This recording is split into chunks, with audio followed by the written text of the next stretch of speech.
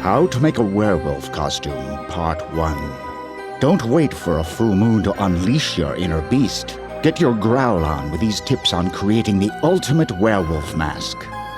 You will need petroleum jelly or lotion, a wig cap, gauze suitable for plaster work, plaster, hot glue, a small sheet of craft foam cut into 1-inch strips, a needle and thread, a spool of 1-inch wide elastic, 3 feet of sturdy wire, epoxy glue, blocks of craft foam, scissors, pliers, paper clay, white and red polymer clay, primer or sealer, black, red, and white acrylic paint, glossy epoxy clear coat, fake fur, and a utility knife. Step 1. Lubricate your face with a generous amount of petroleum jelly or lotion and protect your hair with a wig cap. Using gauze that's been soaked in plaster, make a cast to the top half of your face from just above your hairline to the tip of your nose, being careful to avoid your eyes. Construct the sides of the mask from your temples to your cheeks. Let it dry. Step 2. Make a plaster cast of your chin and jaw from the bottom of one ear to the other and extending an inch under the chin. Step 3. Hot glue strips of craft foam to the inside of the mask on the head and forehead.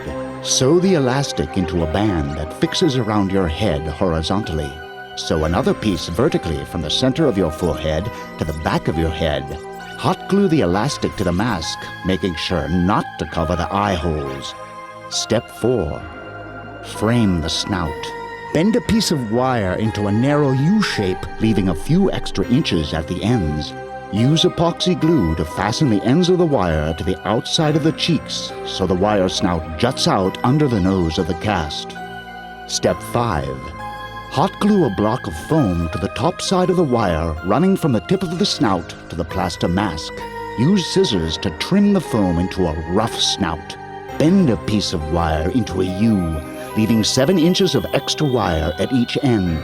Epoxy it to the outside of the chin cast so that the extra wire continues several inches past the plaster. Step 6. Glue foam to the underside of the wire attached to the chin cast and trim it into a rough jaw. Step 7. Bend the extra wire with pliers and epoxy the wire pieces from the chin to either side of the face so the jaw attaches to the face mask and matches up with the snout. Then sculpt a more refined snout over the foam with paper clay, blending it into the plaster face. Sculpt over the jaw with paper clay and let it dry. Step 8. Create 2 wire frames for the ears and epoxy them to the top of the head. Wrap plaster gauze around the ear frames to form rough ears. Let the plaster dry, and then sculpt paper clay around the plaster and wire to refine the ears.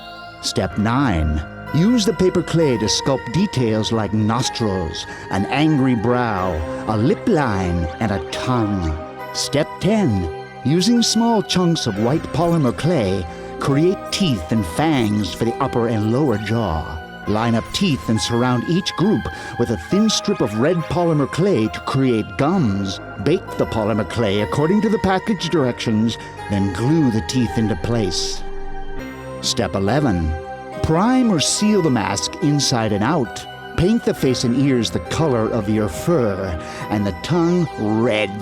Then finish the teeth and nose with a glossy clear coat. Step 12. Cut strips of fake fur to match the contours of the mask. To cut the fake fur, place it face down on a hard surface and use a utility knife. Step 13. Hot glue the fur into place. It should hang just past the bottom of your neck.